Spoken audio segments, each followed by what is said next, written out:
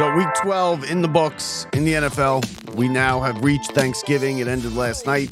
Week 12 did with a statement win by the Ravens over the Chargers on the road. The Ravens, listen, they might have some losses that you question. The Steelers lost, but that was on the road.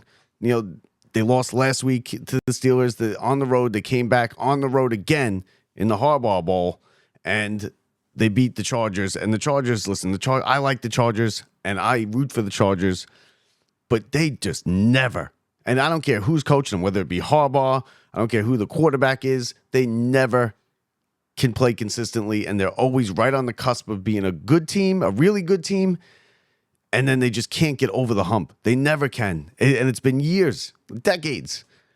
They're always right there. They have a good team. Herbert's one of my favorite quarterbacks in the NFL. I think he's one of the top quarterbacks in the NFL.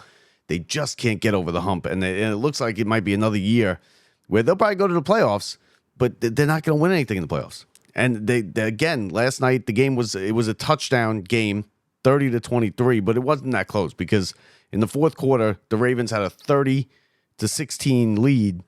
And then the late touchdown by the Chargers, kind of a backdoor cover. I mean, it wasn't a cover because it was 3.5. But, you know, the Chargers just never can get over it. And you know, props to the Ravens.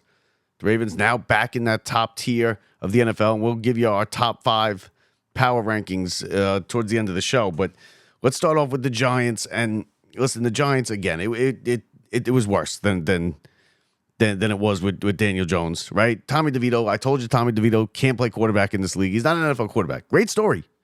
And if it was a movie, he'd be winning these games. They say they went for the spark that they got last year. Listen, the guy had 40 yards passing in the first half. The Giants' first half possessions were punt, turnover, kneel down. 41 yards. Baker Mayfield outpassed them 240-41 in the first half. He was mocking the Giants. It was 30-0 at one point. 23-0 at half.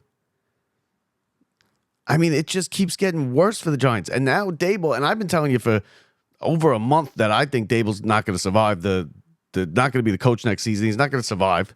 You can't survive this. And now the mutiny in the locker room starting. You got neighbors coming out, a rookie coming out and saying, trashing the coach. How do you let, and Daboll, when asked about it, is like, well, you know, it's not a big deal. He plays hard. Okay, what? He's a rookie. You can't let the rookie trash you as the coach. Come on. So you got that going on. You got multiple players trashing the coaching staff, trashing the team, ripping everybody.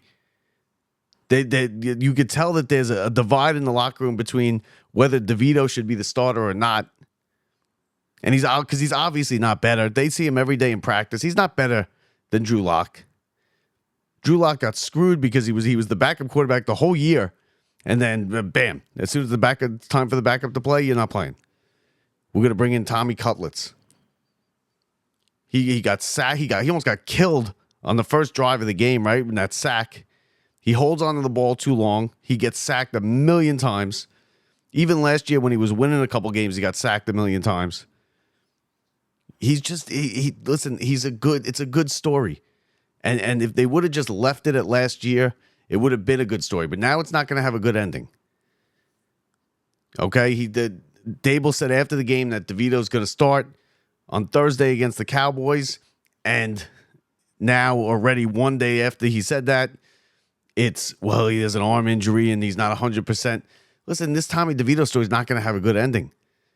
You should have just left it where it was at. He won 3 games. He had a nice little run, a little Linsanity type of thing.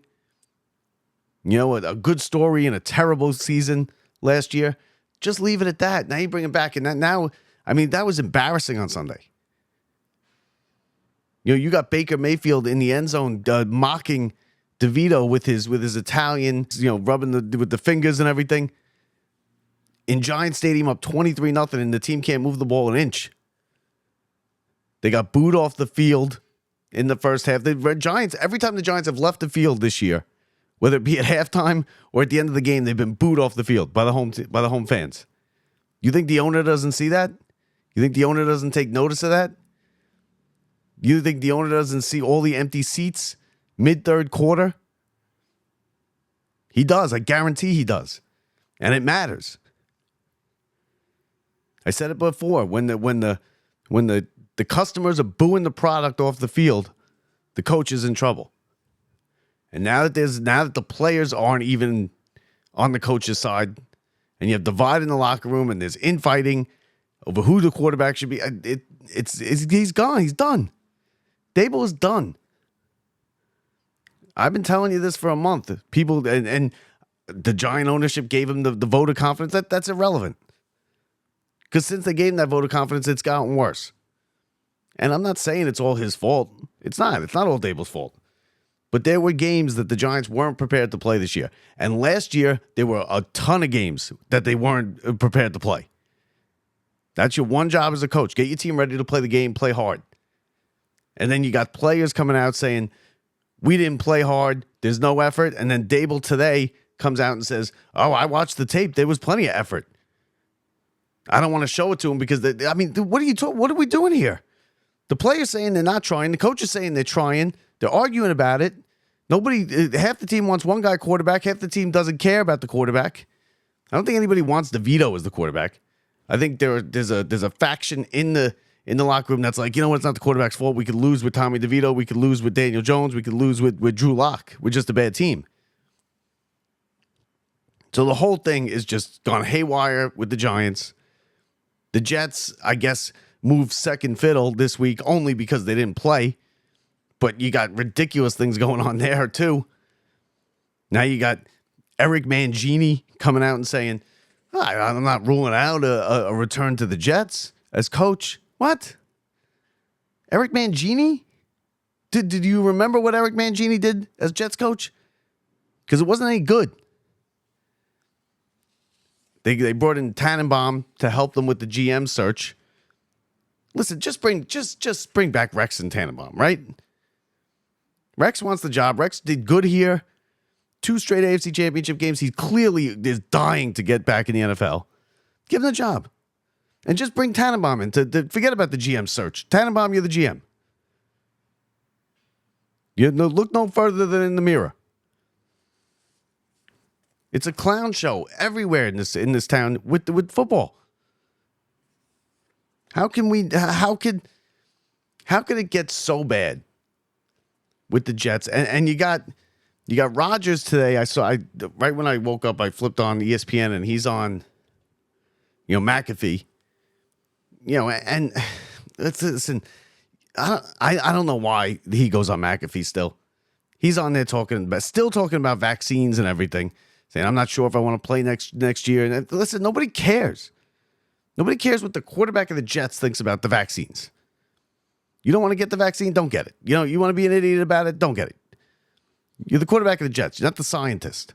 Scientists say get it. I mean, come on. Scientists, doctors, they say get the vaccine. You say don't. I'm going with the doctors and the scientists. But to be honest with you, I want to know why you're not playing up to par for the Jets. He doesn't answer those questions. Came out a couple days ago that that Rodgers hasn't allowed the Jets to do any scans of his body because he's hurt. And listen, and that could be part of the reason why he's not playing well. He has not had I've said this many times. He's not had a terrible year. Rodgers has been, he's been average. But he's not an average quarterback. Obviously, he's an all-time great. But he hasn't played like an all-time great. And it's coming out now, in drips and drabs that he's hurt. Hamstring, knee. He's old. He's not exactly the fittest guy in the world. He's not Tom Brady. He doesn't take care of his body like that you need to do to be somewhat competitive, at least at 40 years old. And I don't think I'd want him. I don't think he could come back to play for the Jets next year. I mean, how could you after this year? The Jets put all their eggs in in his basket. All of them. Every one. And they're all cracked. Before Thanksgiving. So, I mean, listen, Jets, Giants, whichever one you want to go with, they're both terrible. Giants. So after that loss now, Tommy DeVito, questionable, as of today, questionable for Thursday. So the Giants have a short week playing Thanksgiving Day against the Cowboys. Cowboys are now, they're going to be favored. I didn't see what the line is. Let me see what the line is. Cowboys are going to be favored because they just beat Washington. The Giants are 3.5-point underdogs in Dallas. That's about where you'd see it. That's basically even, a pick 'em game because you get 3 points just for being at home. And I mean, who wants to see Cooper Rush against Tommy DeVito on Thanksgiving? That's what you're going to give America. Cooper Rush versus Tommy DeVito. Thanksgiving, noon on Thanksgiving, right after the parade. You watch the parade, the Macy's parade, and then you get Cooper Rush and Tommy DeVito. I mean, not good. Not good for the NFL. And then Jerry Jones comes out today and he says, I think that we should give our coach a contract extension. What? Like, what are these owners? You know what? Some of these owners have just been around too long. Jerry Jones, he needs to fire himself as the GM. Not give his coach an extension. I mean, Mike McCarthy, have you seen Dallas this year? He said it's not crazy that the Cowboys would keep McCarthy and that he thinks he should be getting a contract extension. Jerry Jones, listen, Jerry, you got to just fire yourself. Just take a look at what has happened since you've taken over as president of football operations and GM. Not a football guy. And they have won nothing. Before that, Super Bowls. And they've had teams good enough to win a Super Bowl. That Tony Romo team, they could have competed. They could have won more playoff games. They went 20 years without a playoff win. And now they're terrible this year. And they're talking about keeping McCarthy. Jerry Jones, and it's a disaster in Dallas. And it's it's back pages, front pages all over the place because they are the Dallas Cowboys. They're the Yankees, right? So that goes on. Giants, 3.5-point underdogs on Thursday. That's your noon game. And Dallas is favored basically because of that wild win in Washington. The Washington game was all over the place. We're going to get to that in a little bit. I mean, there's a lot of mediocre teams in the NFL, a lot of bad teams in the NFL. You got 3 divisions that are basically at 500 for the leaders. You got the AFC South, which has the Texans at 7-5, the Colts at 5-7, the Titans at 3-8, and the Jaguars at 2-9. And I just got done reading an article talking about how the Jaguars are still in it. 2-9. Now, listen, obviously they're not going to win the division, and it's a wild article. But the fact that article can even be written at 2-9 team is, they caught a break this week by having a bye. Yeah, because they didn't lose. They're going to lose. And then you got the NFC South. The NFC South is another bad division. That's always a bad division. And then the NFC West is a bad division. Seahawks 6-5, Cardinals 6-5, Rams 5-6, Niners 5-6. That's up in the air. Anybody can win that division. And they're going to win it with like 9 wins.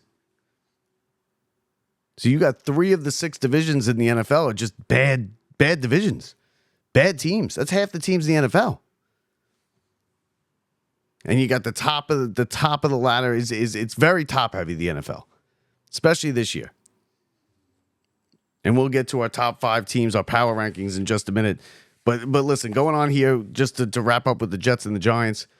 The Giants, Daboll's good. He's in trouble, right? I can't I'm even more confident he's not going to survive this season because the team is there's infighting. It's a mutiny in the locker room.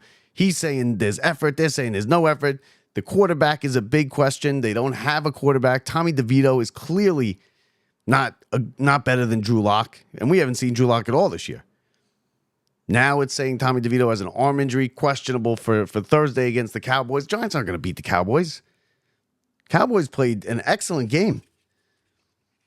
They played excellent, and they it was a wild finish, but they played good. And the Eagles, and then you got on top of everything, you got Saquon is now in the MVP race with 255 yards on Sunday night in front of America. He set a record, an Eagles record, 255 yards. He's scoring touchdowns all over the place. That people are talking about him as the MVP. It's a bad year for the Giants, and you know what? The coach is going to pay for it. We told you about the Ravens last night, getting back, beating the Chargers. Chargers never win a big game. The Eagles on Sunday night over the Rams, another NFC West. Listen, the NFC West, they just can't win a game. They can't beat a good team. Nobody in that NFC West can beat a good team.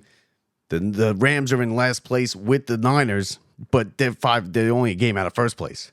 Chiefs squeaked by Carolina. Again, listen, they know how to win. They're a team that knows how to win close games. Chiefs are going to get knocked off in the playoffs this year. They played too many close games. They don't really dominate any of these games. They're playing with fire every single week. They did it 3 weeks before they finally lost the game. Yeah, they're 10-1. But they walk a tightrope every single week.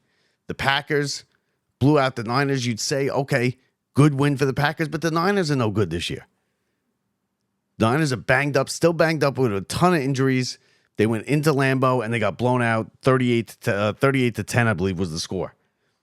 Lions blow out the Colts. The Lions are the best team in the NFL. They blow out teams every week. And the Colts aren't very good, but the Lions, they blow out everybody they play. And then again with the NFC West, the Seahawks and the Cardinals. Cardinals lose the game. There's not a good team. There's not a consistently good team in that division in the NFC West at all. So the Seahawks over the Cardinals, they take over first place. Again, mediocre teams all over the NFL. You got your top 5 or 6 teams, and then it's just mediocrity the rest of the way. Mediocrity to bad teams. And we got 2 of the bad teams right here. Jets starting their GM search. They bring in Tannenbaum. Let's just give Tannenbaum the GM job. Give Rex the head coach job and see what happens next year. If they want to bring Rodgers back, let them bring Rodgers back. I wouldn't bring Rodgers back. Because even if you're going to say, oh, he's hurt, that's why he's not playing. Well, what do you mean? He was hurt last year. He's hurt this year. Why do you think he's not going to be hurt next year? He's going to be a year older. So week 12 in the books. We hit Thanksgiving. Now it's the home stretch. After Thanksgiving, the home stretch to the playoffs to January. It's going to be Christmas before you know it. You know, baseball hot stove heating up. We're going to do a show on that coming up a little bit later. But, the wild game of the day yesterday, and it brings us to a call of the day, was the Cowboys and the Commanders. Commanders, again, with a last-second miracle touchdown, and then they needed an extra point to tie it, and I'm sure you've heard it. But here's how it went on Fox with Joe Davis and Greg Olsen on the call. This is our call of the day. Now they can just unleash the quarterback. Half a minute, no timeouts. Daniels throws down the sideline for Terry McLaurin. McLaurin is loose. Lightning strikes twice in Washington.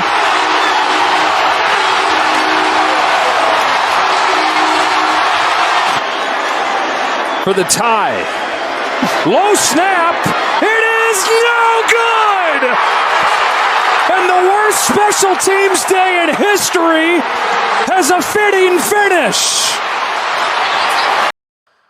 Joe Davis, Greg Olsen, Fox, NFL Sunday, and that is the call of the day, the Locked Up Sports call of the day for Sunday for Week 12. And listen, that game was crazy stuff. After that happened, after they missed the extra point, the Commanders tried a onside kick that was returned for a touchdown by the Cowboys.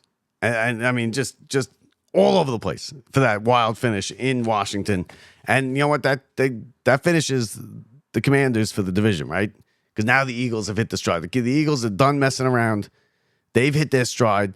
They are now clearly one of the best teams in the NFL. And that brings us to our Locked Up Sports Power 5. It's our power rankings of the top 5 teams in the NFL after Week 12. So at number 5, I got the Lions. Lions clearly the best team in the NFL. 10-1. They're blowing teams out over and over. The Lions are on a crash course for the Super Bowl. No, at number 2, I got the Chiefs. Chiefs are 10-1 as well. And listen, they're on a shaky ground with me for the number 2.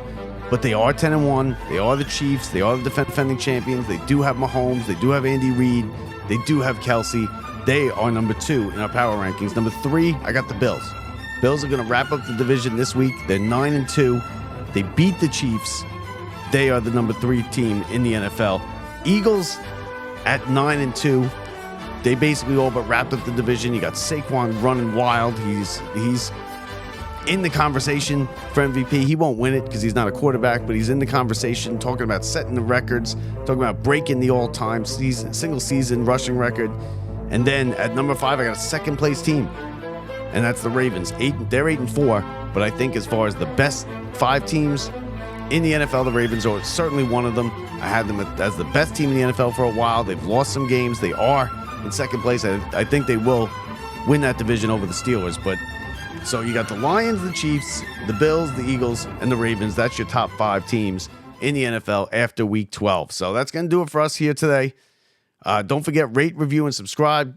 Every little bit helps. Give us a review. Don't forget to hit the subscribe button wherever you listen or watch, whether it's on YouTube or on the audio end with the podcast. You can find us anywhere you get your podcasts, always on YouTube. And any information you need at lockedupsports.net, lockedupsports.net. So I'm Bob Walters from the Brian Gunzel Studios. Enjoy the games on Thursday, everybody. Happy Thanksgiving. See ya.